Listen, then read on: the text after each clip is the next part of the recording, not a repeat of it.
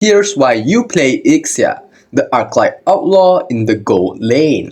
First off, she has high damage output, making her a great option for bursting down enemies. She possesses amazing crowd control for second skill, allowing her to zone or disrupt foes effectively. Her ultimate provides exceptional AoE damage, making her a powerful threat in team fights. However, Ixia is very squishy and has limited mobility, making her vulnerable to assassins and other high damage heroes. Ixia's passive, Siphon Starlium, applies Starlium charge stacks to enemies with her basic attacks and skills. When an enemy reaches 2 stacks, her next basic attack consumes the stacks, dealing bonus physical damage and healing her based on the damage dealt. This passive enhances her survivability during fights, especially in skirmishes or extended battles. Note that her basic attacks don't trigger lifesteal except through this passive. Ixia's first skill, Dual Beam, fires 2 energy beams in a straight line, dealing damage to enemies and slowing them. If both beams hit the same target, the damage doubles. This skill is great for poking enemies in lane and gaining movement speed boost upon hitting heroes,